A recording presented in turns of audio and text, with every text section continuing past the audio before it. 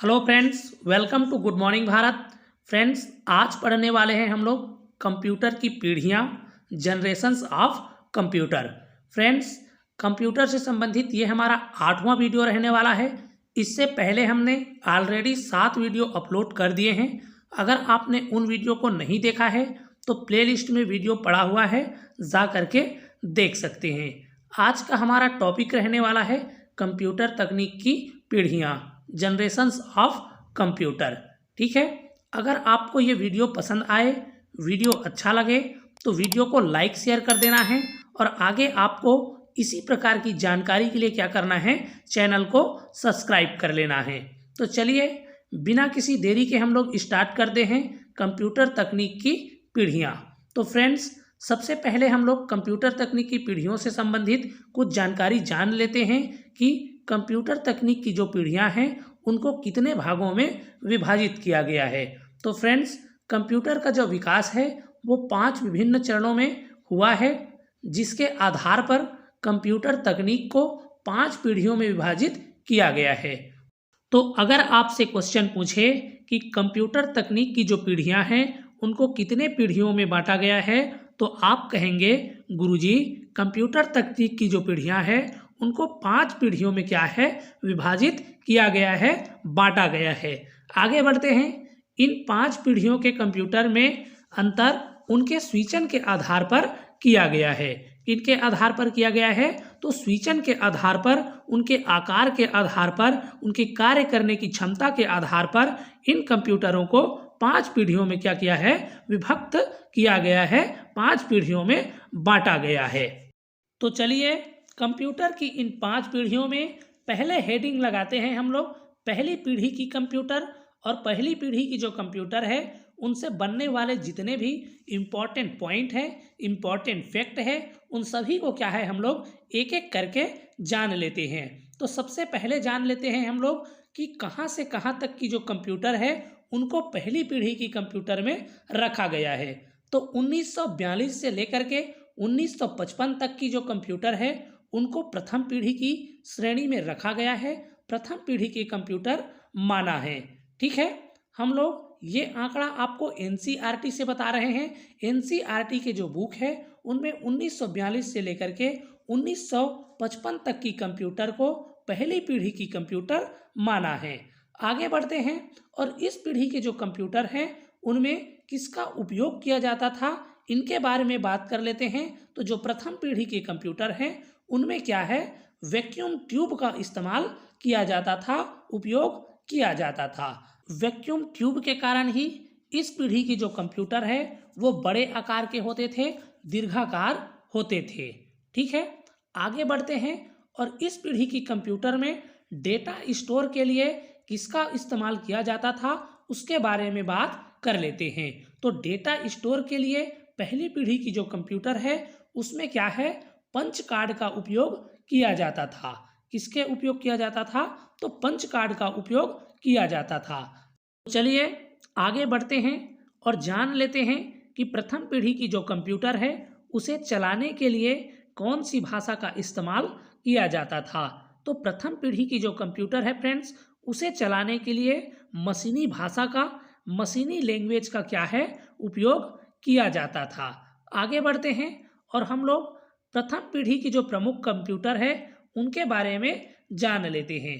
तो प्रथम पीढ़ी की कंप्यूटर के बारे में बात करें तो एनिक, एडीसाक, एडीवेक और यूनिवेक, ये क्या हैं, आपके प्रथम पीढ़ी के प्रमुख कंप्यूटर हैं। चलिए आगे बढ़ते हैं और प्रथम पीढ़ी की जो कंप्यूटर है उनसे बनने वाले और भी जो इम्पोर्टेंट पॉइंट है उनको भी हम लोग डिस्कस कर लेते हैं। तो सबसे पहले पॉइंट की बात करें तो प्रथम पीढ़ी की जो कंप्यूटर है वो अधिक विद्युत का खपत करता था। क्या है, विद्युत का अधिक खपत करता था, जिसके कारण क्या है, ये कंप्यूटर आपके गर्म भी हो जाते थे। आगे बात कर लेते हैं। जो प्रथम पीढ़ी के कंप्यूटर थे वो क्या है, आपके एसी करंट पर क्या है, कार्य करता था। किस पर कार्य करता था, तो एसी करंट पर कार्य करता था। मेमोरी के बारे में बात करें तो प्रथम पीढ़ी की जो मेमोरी थी वो क्या थी, सीमित थी और कम क्या है, धारण क्षमता वाली थी। ठीक है, आगे बढ़ते हैं हम लोग। और प्रथम पीढ़ी की कंप्यूटर एक ही समय में एक ही समस्या को क्या है, हल कर सकता था। ये क्या है, आपके इम्पोर्टेंट है, इसको आपको इम्पोर्टेंट लगा लेना है।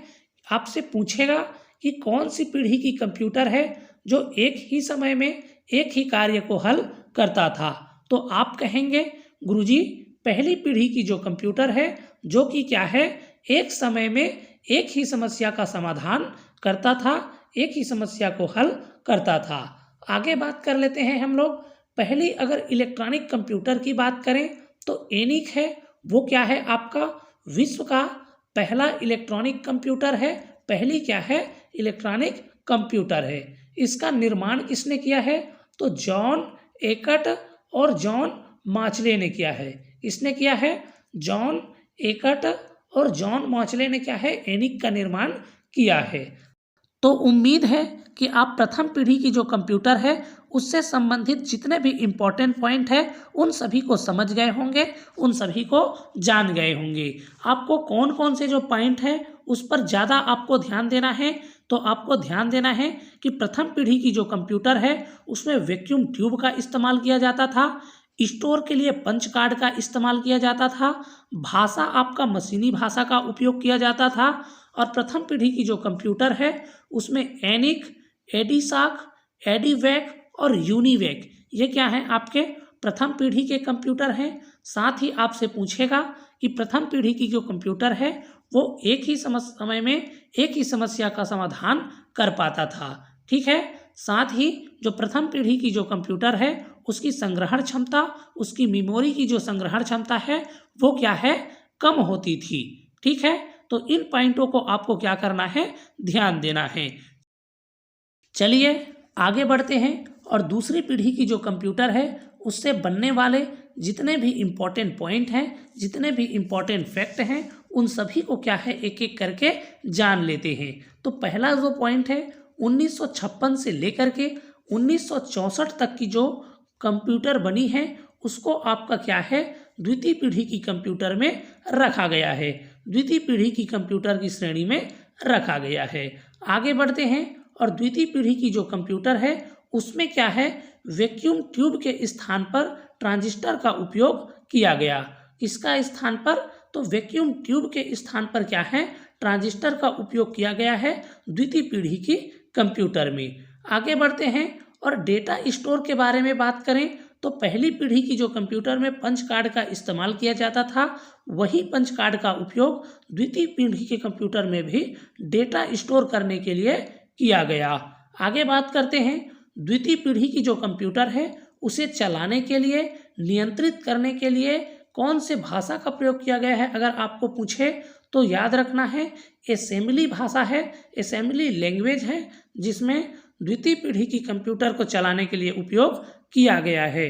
आगे बढ़ते हैं और हम लोग जो द्वितीय पीढ़ी की प्रमुख कंप्यूटर है उनके बारे में जान लेते हैं कि कौन कौन से जो कंप्यूटर हैं जो द्वितीय पीढ़ी में निर्मित हुए हैं।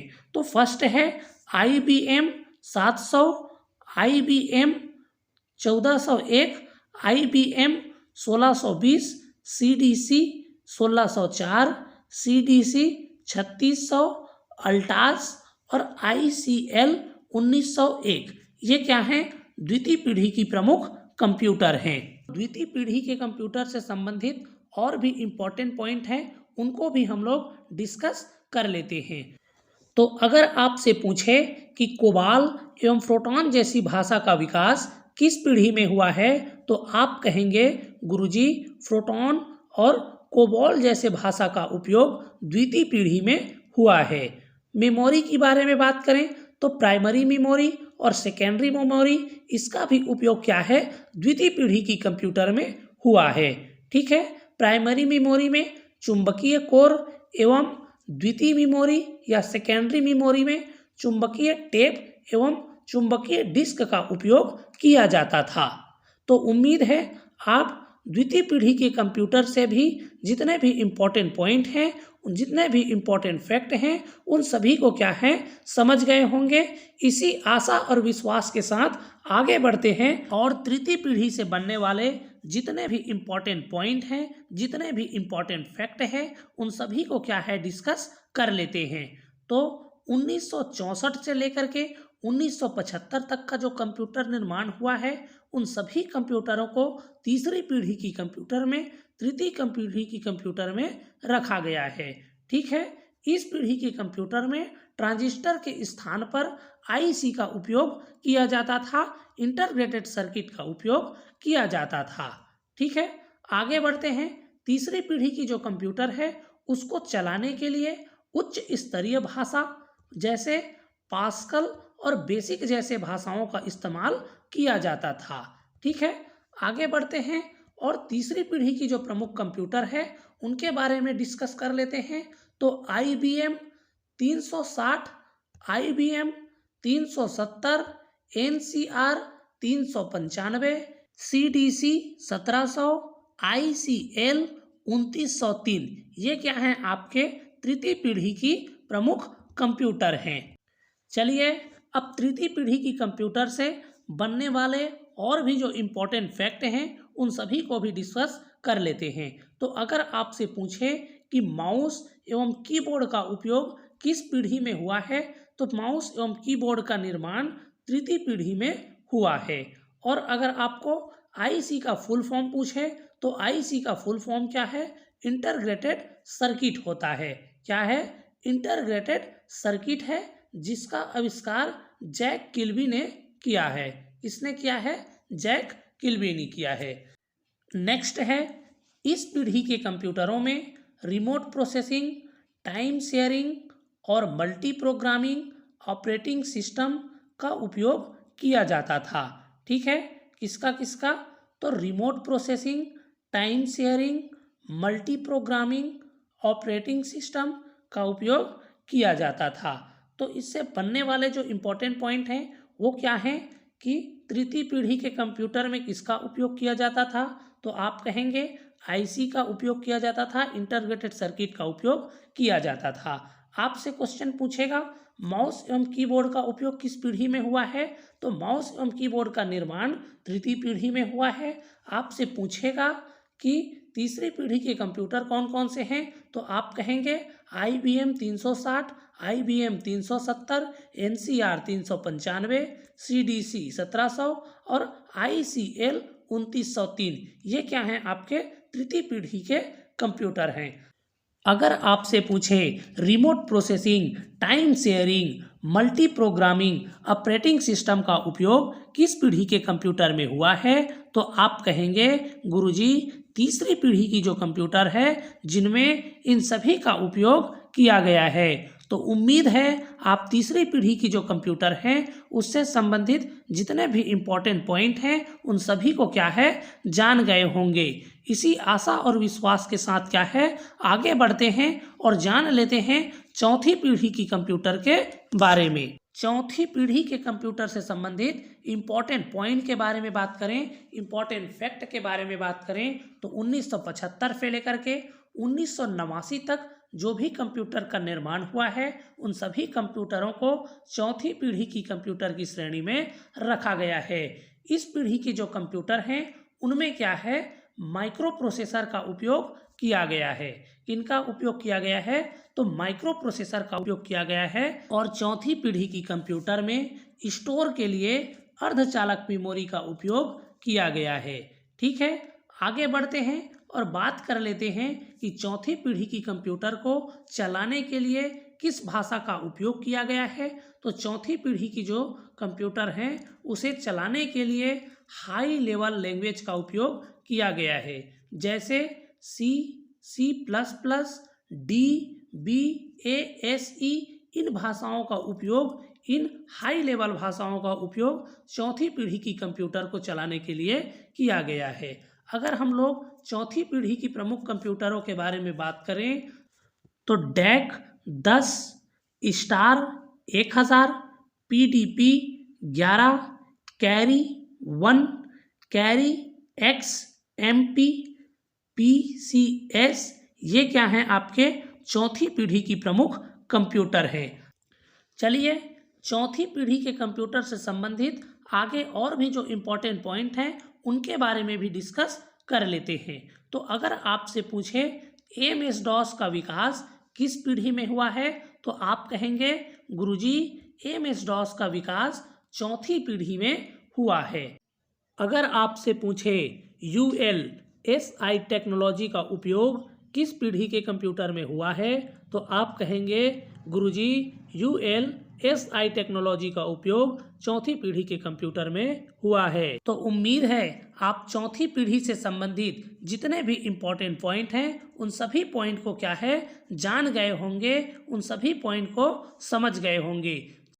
चलिए आगे बढ़ते हैं और पांचवी पीढ़ी की कंप्यूटर से संबंधित जितने भी इम्पोर्टेंट पॉइंट हैं, जितने भी इम्पोर्टेंट फैक्ट हैं, उन सभी को भी हम लोग डिस्कस कर लेते हैं। तो 1989 से लेकर के अब तक की जो कंप्यूटर है उसको क्या है पांचवी पीढ़ी की कंप्यूटर में रखा गया है, पांचवी पीढ़ी की कंप्यूटर की श्रेणी में रखा गया है। अगर हम लोग बात करें इस पीढ़ी के कंप्यूटर में तो यूएलएसआई टेक्नोलॉजी का उपयोग किया गया है। किसका उपयोग किया गया है, तो यूएलएसआई टेक्नोलॉजी का उपयोग किया गया है। अगर हम लोग पांचवी पीढ़ी की कंप्यूटर की स्टोरेज के बारे में बात करें तो इसका जो स्टोरेज है बहुत ज़्यादा है, काफ़ी ज़्यादा स्टोरेज है पांचवी पीढ़ी की कंप्यूटर में। चलिए आगे बढ़ते हैं और पांचवी पीढ़ी की कंप्यूटर को चलाने के लिए किस भाषा का उपयोग किया जाता है इसके बारे में हम लोग डिस्कस कर लेते हैं। तो पांचवी पीढ़ी की कंप्यूटर को चलाने के लिए C++ और जावा जैसी हाई लेवल लैंग्वेज का उपयोग किया जाता है। याद रखना है कि पांचवी पीढ़ी की जो कंप्यूटर है उसे चलाने के लिए C++ और जावा जैसी हाई लेवल लैंग्वेज का उपयोग किया जाता है। अगर हम लोग पांचवी पीढ़ी की प्रमुख कंप्यूटर के बारे में बात करें तो पांचवी पीढ़ी की जो प्रमुख कंप्यूटर हैं उनमें डेस्कटॉप, लैपटॉप, नोटबुक, अल्ट्राबुक और क्रोमबुक, ये क्या हैं आपके पांचवी पीढ़ी की प्रमुख कंप्यूटर हैं। चलिए आगे बढ़ते हैं और पांचवी पीढ़ी के कंप्यूटर से संबंधित और भी जो इम्पोर्टेंट फैक्ट हैं, इम्पोर्टेंट पॉइंट हैं, उनको भी हम लोग डिस्कस कर लेते हैं। तो अगर आपसे पूछे कि किस पीढ़ी का कंप्यूटर एक समय में एक से अधिक समस्या का हल कर सकता है, तो आप कहेंगे गुरुजी पांचवी पीढ़ी की जो कंप्यूटर है वो एक समय में एक से अधिक समस्या को क्या है हल कर सकता है, समस्याओं का समाधान कर सकता है। याद रखेंगे पांचवी पीढ़ी की जो कंप्यूटर है वो सबसे अधिक विश्वसनीय है, सबसे अधिक तीव्र है और सबसे अधिक शक्तिशाली है। ठीक है, अगर आपसे पूछे कि यूएलएसआई टेक्नोलॉजी का उपयोग किस पीढ़ी में किया गया है, तो आप कहेंगे पांचवी पीढ़ी में यूएलएसआई टेक्नोलॉजी का उपयोग किया गया है। चलिए नेक्स्ट और इम्पॉर्टेंट पॉइंट है आर्टिफिशियल इंटेलिजेंस का विकास पांचवी पीढ़ी में हुआ है। याद रखेंगे कि आर्टिफिशियल इंटेलिजेंस का विकास किस पीढ़ी में हुआ है, अगर आपसे पूछे तो कहेंगे कि पांचवी पीढ़ी में क्या है आर्टिफिशियल इंटेलिजेंस का विकास हुआ है। नेक्स्ट पॉइंट है पोर्टेबल पीसी और डेस्कटॉप पीसी का प्रयोग इसी पीढ़ी में हुआ है। याद रखेंगे पोर्टेबल पीसी और डेस्कटॉप पीसी का उपयोग भी इसी पीढ़ी में हुआ है। नेक्स्ट है इंटरनेट, ईमेल और www का विकास इसी पीढ़ी में हुआ है, पांचवी पीढ़ी में हुआ है। नेक्स्ट है मल्टीमीडिया फीचर जैसे ध्वनि, ग्राफिक्स, चित्र और टेक्स्ट आदि का निर्माण भी इसी पांचवी पीढ़ी में हुआ है। तो ये था फ्रेंड्स कंप्यूटर की पीढ़ियों से संबंधित इंपॉर्टेंट पॉइंट। उम्मीद है वीडियो आपको हेल्पफुल लगा होगा, वीडियो आपको नॉलेजेबल लगा होगा। तो यदि आपको वीडियो नॉलेजेबल लगा है, हेल्पफुल लगा है, तो वीडियो को लाइक शेयर कर देना है और आगे इसी प्रकार की जानकारी के लिए चैनल को सब्सक्राइब कर लेना है। चलिए फिर मिलेंगे ऐसी ही जानकारी के साथ, तब तक के लिए स्वस्थ रहिए, मस्त रहिए और पढ़ते रहिए।